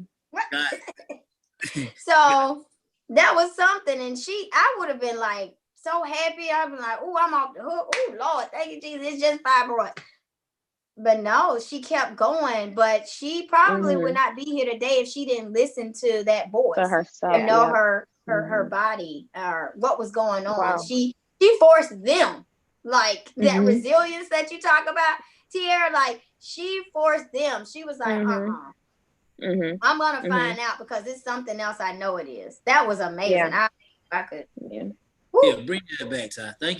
Thank you, Ty, for making us all aware and emotional this morning. Thank you, Ty. Thank you. Yeah, I was back here crying too. I was like, oh Lord. Yeah. I'm up here trying to be cool with tears in my eyes. Like, okay, let me figure this out. Like, dang. Let me go ahead and cut this camera back on. Right. Exactly. Gotcha. Well, we got a artist checking in, man, for this Wednesday. Really moving the needle with his new release, and we're gonna have a conversation about music, politics. We're gonna talk about the lighting behind him. We're gonna talk about he on mute. We're gonna talk about. Hey, man. Good morning, man. Introduce yourself to the Rolling Out AM Wake Up. Hey, Zaka Peace, Big Four Lad Jones. You understand me? Slum God. What's going on? What's up? What city? Shit, I'm in Alabama. You know what I'm saying? I'm originally from Huntsville, but I moved around, ended up in Allenstown and different parts. But you know what I'm saying? I grew up a little bit all over the South. Okay, so welcome to the morning show, man. My partner, Pierre Berry, rocking with me. Let's start with this, man. You got a movement going on right now with the music. Okay, somebody get feedback. Producers. Okay. What you mean, like talking about what I got going on right now? No, but I was trying to pick up some feedback. Yeah, I hear that too. Yeah. Okay, yeah, it's breaking up a little bit. So let's start with this. The music, you got a movement going on musically. Can you tell us about it? Yeah, well, today we released that Shadows video. Actually, I think the link live right now. I think they were trying to wait till 3 o'clock, but man, I ain't trying to wait. Get that shit to these people, man. You know what I'm saying? So that's out right now. The video with me and Boosie. It was produced by Beats to God out of Carolina. It's a dope record, Shadows. You're like, it's a dope video too. During this whole pandemic time, did you find it difficult to release music? Did you find it difficult to like create during this time? You're on mute. I'm sorry. Nah, I ain't find it difficult to create. It's just that in times like that right there, you got a lot of stuff, that comes of importance. You know what I'm saying? Even with your family, your loved one, with my mom, or just with everybody, because you know how when it hit, you don't really know what's gonna happen. People run around crazy, they flooding the grocery stores and getting what they can get. So you ain't really thinking about making no music, man. I'm thinking about protecting this house. You know what I'm saying? Right. But I mean, essentially it pans out, and then you be able to channel that energy. But when it first hit, it was, my first thought was, protecting my home. And music was there at that point in time. Yeah, it's there because music is our therapy. Well, for me, you know what I'm saying, it's therapy. So it's gonna always get back around to the music. It's just when something get out of control, you gotta go for what you know. On top of that, you got the new video dropping today that we're definitely gonna be putting out there. Tell us about the video. Oh yeah, the record with Boost. It's a dope video. Yeah, it come out today. It should be live now. Me and Booster shot it probably about, I think, a couple weeks ago, 2 weeks ago, something like that. Gotcha. For sure. It's a dope record though. It's a good energy, good vibe. Working with Booster, what was that experience?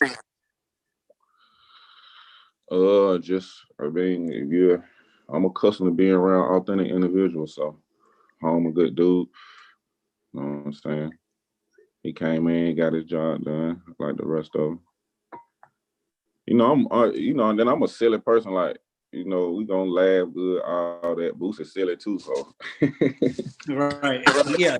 He is that. He's a good vibe, you know what I'm saying? He brings good energy, you know what I'm saying? Good, honest, positive energy to the set. And, I already had that energy on the set, so it just all went good together. Terry, you got something real quick? I do want to ask, what is it like navigating as an artist right now? Still kind of being in the pandemic, things are starting to open up. But as an artist, what is it like navigating right now? Right now, it's pretty much more so about your creativity, because when the pandemic hit, it kind of made everybody even. You know what I'm saying? You only reach the people through I mean, like your platforms as far as in your social media, YouTubes and all that different stuff like that right there. Because when nobody really able to pull up. Mm-hmm. So I mean, it's just about being who can be creative. You got to be creative. It's more than just relying on the people around you. You know what I'm saying? Right. You know what I'm saying? So just be creative. It don't take no whole lot, but be active. Let me throw this at you before you get out of here. I'm curious. Being the fact that you got a voice, right, and not trying to make it no political hurdle, but you got a lot of amazing artists right now at this moment. Your T.I.'s, Kanye West, Killer Mike. You got all these artists speaking out about what's going on in their community in time of voting and being proud to be Black. As an artist on your platform, do you see that as something that you should be doing, or is it more of an individual commitment? To a degree, I feel like it's all our responsibility. We all live in this society, in the same society, in the same community. You might not live in the same city or same state, but here, U.S. is the same community. So if you got the platform and you're not using it, and everybody ain't gonna take to it the same way. Everybody not gonna make a song. Everybody not gonna rap. Or some people gonna influence in different ways. It's just if you ain't using this platform in some type of way, then you in the way. You know what I'm saying? I like, you know what? I'm gonna tweet that. I like that. Say that last part again, man, because they need to hear that part. Oh yeah. If you ain't contributing to the campaign as far as you know what I'm saying, everything that's going on with us as a people, if you ain't contributing to it in some kind of way, then you in the way. You know what I'm saying? That's real. So later on this afternoon, man, we're gonna be comparing the video live on Rolling Out. I appreciate you taking the time to check in with us this morning, man, and definitely, man, shout out to your team. I'm looking forward to the new. I saw the video already, so I already like. I just need to get my whole team to see it, and then definitely looking forward to what you got coming up. Anything else coming up outside of the next video? Yeah. Well, I got this record. We dubbed it Dear Mr. 46. but I think I'm going to more so name it We the People, because I don't want to aim it just so much at one individual person, but I want to speak from the masses opposed to speaking directly to one person. So I ain't gonna say it's just a political record, but like I said, it's just me doing something in some kind of way, you know what I'm saying, to help to be a part of everything that's going on, you know what I'm saying, as far as in supporting our people. Right. With everything that we've been enduring here lately. Hell, we've been enduring for real. I like that. I like that. Keep using your platform. For sure. Yeah. Y'all gonna like that. We finna get ready to shoot the video. Probably, I think we shoot the video next week. I'm excited about that. You know what I'm saying? It's dope. It's a good vibe. You're gonna like the song, everything that go around it. It's more, you got some people that's making songs. I ain't down at nobody's nothing, because like I told you, everybody gonna do something. Well, the ones that's taking responsibility, gonna do some kind of way, some form of fashion. So it ain't always gonna be a song or whatever, but I feel like you're gonna like this song because I'm speaking from a position of, you know, I did time in the feds, so I understand the justice reform and everything that they're going through. I got guys in there now that can't get out. That bothers me. You know? Yeah. It's a dope record. They're gonna like the video. You're gonna like the concept behind it. It's gonna be something that people can rally behind. You know what I'm saying? It'll make me feel more so that I'm doing what I can on my end. No, we got to give you a round of applause for that, man. Because like you said, it doesn't have to be for everybody, but if you're not taking the opportunity to at least speak to the people, but you can still make you can still make records in the club and cars, and you know, like, come on, man, you got to at least. And I don't be having a problem with that, because I love all kind of music for the women, music for the streets. I ain't gonna tell you no lie. Well, my background, you understand what I'm saying? I love that, like what we do out here and what go on, because whether people like it or not, you know what I'm saying, you got a lot of people that really make way for their family and be able to use that instead of transition to a different part of their life. Look where I'm at now, if you know where I was, you understand what I'm saying? That's what's up, so, man. But in the same instance of us making that type of music, you can't tell me that somebody right now making trap music, you don't get in your car and go to the store, or you don't move around, or when you see the police, or when you see what go on TV, you don't feel some type of way or possibility that it could be you. If you're not conscious in your mind feeling, then you in the way. You know what I'm saying? Yeah, we can make great trap music, this, that, and the other. But you got to, but like I said, everybody ain't gonna use music, so they could be doing it in another type of way. Right. You know I'm about to steal that line just so you know for Twitter. I'm just gonna let you know that. Hey man, we appreciate you checking in this morning, man. Yeah. Thank you so much, man. Thank you. Appreciate y'all for having me. Zaka Peace, Big Folad General, Slum Guy. Hey man, be safe. For sure, y'all be safe. Yes, sir. All right, peace. That was the artist feature of the day, man. Zay, man, I will say this, TR, I do like the fact that he did make it clear as far as if you're not speaking to now, you're in the way. Like, and I think go ahead. And I really like the fact that you don't have to look or think like a politician to want justice and want human rights and want the basics, and everybody's affected. If you're Black, you gonna feel it.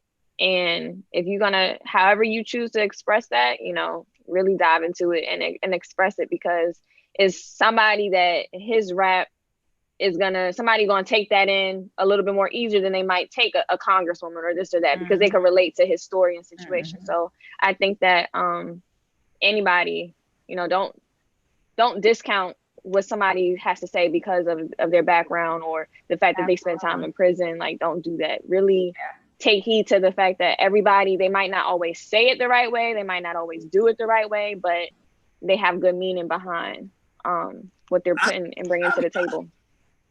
I'll be honest with you, TR. I did not become a Lil Baby fan until that record that record that he did that came out of Bigger Than Black and White. I was like, Oh snap! Like I'm a fan now, so I agree with you, man. It depends on the message and the timing, but if you got the platform, yes. It's birthdays. Whose birthday is it? Whose birthday is today? Hey, we got a birthday.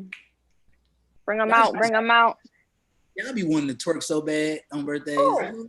Bring them out. Bring them out. Okay. Happy birthday to Kim Kardashian, who turned 40 years old today. We got Doja Cat. That's my family member. Hey, Kim. You have got to be kidding me. On whose side? Me and Courtney. So wait a minute, y'all. Y'all trying to tell me that Kim and Amber Rose birthday is on the same day? That didn't even click. Wow. Say nothing. You mean Kanye's girl? I guess he got it tight. What's this? Is this Libra? We still in Libra or what? We still in Libra. Okay, Libra. Let me make sure, because we might be on the cusp. It's the 21st. Let me see. Oh yeah, we might be on the cusp. Is this what, Scorpio? Okay, so we didn't get past Amber Rose. Look. Doja Cat, Yella Beezy, and Miss Celia Cruz, who's actually, no longer with us, but her birthday was today. That's what's up. So October 23rd marks Scorpio. And I still gotta watch. They're still Libra. Shout out to Amber Rose. I still have to watch that comment that she made on Red Table Talk that blowing up social media. I really got to see what that's about. Is it just me, or it's kind of? I don't want to say nothing about Amber Rose. Never mind. It's the face tattoo. It's kind of hard to listen to her talk because I just be looking at the forehead. Anyway, I don't know why she did that. I don't know. It's like you're already bald. I'm just saying, both Kanye girls was born on the same day. That's all I'm saying. It's similarity. Did y'all know that? I did not know that. Yeah. Messy Ty, messy Portia. Wherever you want to go, Ashley, I'll go because you said we want to go there. Terrible. So let's start with this. Shout out to the Smithsonian. This is the most unheard of thing, and this is how you know Kobe was so powerful. Kobe Bryant, his 2008 Game 5 jersey will be displayed in the Smithsonian National Museum of African American History and Culture. This right here is crazy. Mm-hmm. Like the impact. You never know the impact of a person, but to be displayed in that type of honor is a beautiful thing. Wait. Yeah. It is. I hate the fact he's just not here. Yeah. Have y'all been to that museum before? Nope. Went to the Black Smithsonian, the African American Museum of History in DC, not the larger Smithsonian. Okay. Let's go. I want to go. Definitely want to go. All right, let's go. The trip is TR. You got to pay for all four of us. Next up, ain't it free? Huh? Well, it's free. Yeah, it's free with the I'll take y'all. Yeah, I'm paying. He's talking about flights. Flights, yeah. Look, the tickets is free. No, she said, meet me there. Meet me there. Meet me right in front. I got y'all. Meet me right. My crew, let's go. Hey, next up, Portia just reminded me of something I used to do. I used to tell girls, "Hey, meet me there," and then as soon as they get there, I'm already inside. So just pay to come on in. Jesus. Dang, terrible. Tyler Perry. First of all, Tyler Perry for president. Tyler Perry just pledged $500K in a partnership with Florida to Let's Rock the Vote campaign to mobilize Black voters. I don't know. Tyler Perry is my Oprah now. That's who Tyler Perry is, because he pushing votes. He pushing Black businesses. He paying for people's lawyers. Tyler Perry, I don't know what kind of money Tyler Perry got, but he is just. Oh, I know. Shout out to Tyler Perry. You know, Tierra. Look, you know. You know. Because I don't see, and here's the other thing, and yeah, I'm gonna call some people out. I know a lot of people do stuff behind the scenes and they don't have to be public about it. Mm-hmm. But I don't see the major people being as public doing enough, yeah. I don't see it. Come on, Gail King, Jail King. Oh, don't do that. We're not gonna call Auntie Gail out. Oh no, don't call her out, Jesus. Gail King. Gail. We can rest assured that she's doing her part. I'm sure. I am very sure she's probably doing her casting in her ballot. I heard that side. She's probably okay. Next up, I think Ashley, where we going? Tell me where we going. What else we got, y'all? Hey, buddy, let me tell you how general population works. So apparently, R.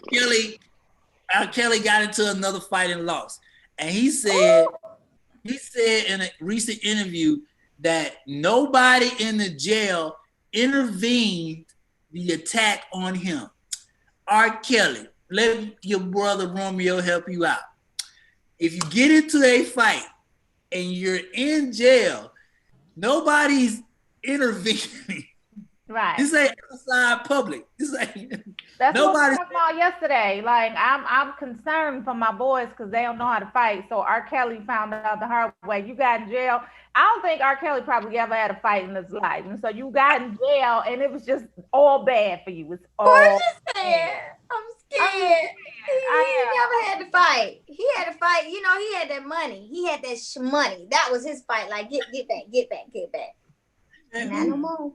Not no more. Who you looking for to help you?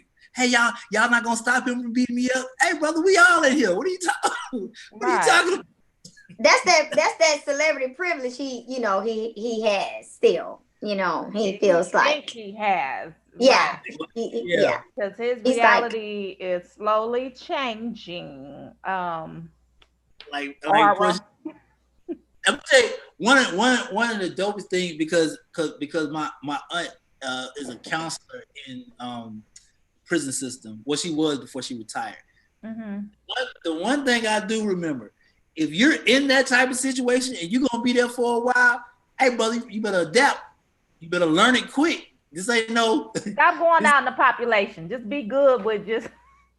Right. Good being in your cell. Like right now, you can't go out because you got fans outside the gate. Now nobody can go out on the yard. Right. Good. Just sit your ass in your cell and sit down. That way, no fight. You don't have to fight nobody. Ain't nobody gonna be mad at you because they can't go on the yard. Like. Right. I like that. You think that's what's happening, Portia? Yes. You can't be in a situation like I think Portia said. You can't be in a situation where you're taking away from everybody else's privileges that they have learned to enjoy. I can't go outside because of you. Oh nah, brother. Hey, bro, tell your fans to chill because if you don't, guess what's gonna happen? Knuckle sandwich. You won't get who the fans? Who y'all think the fans? Girl, you know they always got. You know what we talked about earlier? Black women. I think he still has a core of people, black women. I think majority of black women that are out there, protesting for him still. Absolutely, it's black women. Yeah, ain't no black men. We told you, Romeo, at the beginning of the show, how black women, we go hard, whether you're right or wrong. Like, listen, we're loyal. Right? What they say, right, wrong, or indifferent? Right, wrong, or indifferent, y'all. And let me ask you this, because Tiara brought up Bill Cosby and the situation happening with R. Kelly. Do black women, do you walk away? Like, and I'm asking the two of y'all, with the R. Kelly situation, did you just walk away? What do you mean? Like, you know how some people still fight for the innocence. Some people still fight for like, even as a DJ, I made the conscious decision that I will play the music if asked. I'm not playing the music as a set, right, Ty? Like if somebody asks me for R. Kelly's song, "Step in the Name of Love," I'll play it. But I'm talking specifically about R. Kelly. No, we leaving that situation. Bye and bye. Bye. Left. Okay. Left. Gone. Right. Fade to black. Why you ducking? Fade to black on that one. Yeah, I'm not gonna say. I'm not gonna say. Interesting. Okay. Yeah, very interesting. Yeah, I'm not gonna say. I'm gonna lean to Portia's point. I'm leaving. Bye. Okay. Bye. Portia, like Portia said, Portia's leaving. She's not trying to save the situation no more. It is what it is. No. Okay, I see what you're saying. I see what you're asking. I was confused a little bit, maybe, but no, I'm not. I'm leaving too. Bye. Peace. Gotcha. Okay, we got one more slide before positive thoughts, Romeo. Oh, the last slide goes back to what we spoke about earlier, what's going on in Africa. This is and I wanted to show you guys, these are the hashtags that are pushing across the country right now for Nigeria, Congo, Namibia, I'm so sorry, South Africa, Cameroon, Liberia, and the Ivory Coast. SARS, Congo is bleeding, shut it all down, I am next. Anglophone crisis, rape, national emergency, and child trafficking. Now, the reason that I wanted to show the Rolling Out AM and all the watchers these hashtags, these hashtags are very, very, very, very, very important right now. If you speak or if you post anything about what's going on in Africa, please use these hashtags to create awareness. Mm-hmm. Not for the trick where people are giving you false hashtags. I did my research, and these are the actual hashtags to support. And I will make sure this gets posted today because Africa is bleeding. Africa deserves better, and there needs to be justice in Africa, just like it needs to be justice in the United States. Yeah, even Beyonce is posting about this on social media, and sometimes it really takes a lot for Beyonce to get behind a something, right? So something such as this taking place in Nigeria. So she posted on her social media, "I am heartbroken to see the senseless brutality taking place in Nigeria. There has to be an end to SARS. We've been working on partnerships with youth organizations to support those protesting for change. We are collaborating with coalitions to provide emergency health care, food, and shelter to our Nigerian sisters and brothers. We stand with you. Visit Beyonce.com for a list of organizations to show your support." So this thing is definitely growing legs, so to speak. A lot of people are posting about it. We care about it, and we need to get behind it and bring some awareness to it. Absolutely. Mm-hmm. So my positive thought of the day is going to go back to Ty. I'll kick it off. No matter how hard the fight is, there's still beauty to be found somewhere. And I take that from her guest earlier and the beautiful segment that she had. I need everybody to fight as hard as you can, but just make sure that there's beauty somewhere at the end of that journey for you. And I pass it to Ty. Oh, I'll pick that up. And I'm going to piggyback off of what you said. I had a positive thought, but I like exactly what you said. In that fight, know that you're not alone. Know that there is a tribe. Know that there is people that you can absolutely count on and lean on to help you to get through. You are not alone. Just like Portia talked about with Beyonce, like there is a mission. And if we don't do this thing together, if we don't lean on each other, then there will be no success. And like our whole show today has been about awareness and what we're doing together to complete our missions or become aware of something where there's violence and senseless things that are going on in our nation should come to an end. So we're not in it alone. You're in it with everyone else. Let's fight together. And I will pass it on over to Tierra. Hey y'all. My lights went crazy. Like the power in my building has been. Anyway, so my positive thought of the day, really to Ty's point, is just about awareness. Be aware. Be super aware of yourself, your feelings, how you're feeling. Don't let people second guess what you feel, what you know is right to do. Be super aware. Keep your third eye open. Yeah. And I will wrap up positive thoughts of the day. I'm catching that ball, Tiara. I want to echo what you guys are saying about awareness, and I also want to echo what Tyler Perry is getting behind and putting his dollars behind. Rock the vote, y'all. Like vote, vote, vote. Like every day we need to make sure that we're ensuring that people get out to vote. We need to make sure that our voice is heard. We need to make sure that we're pushing for change, and we need to make sure that everyone around us in our circle is doing the same thing.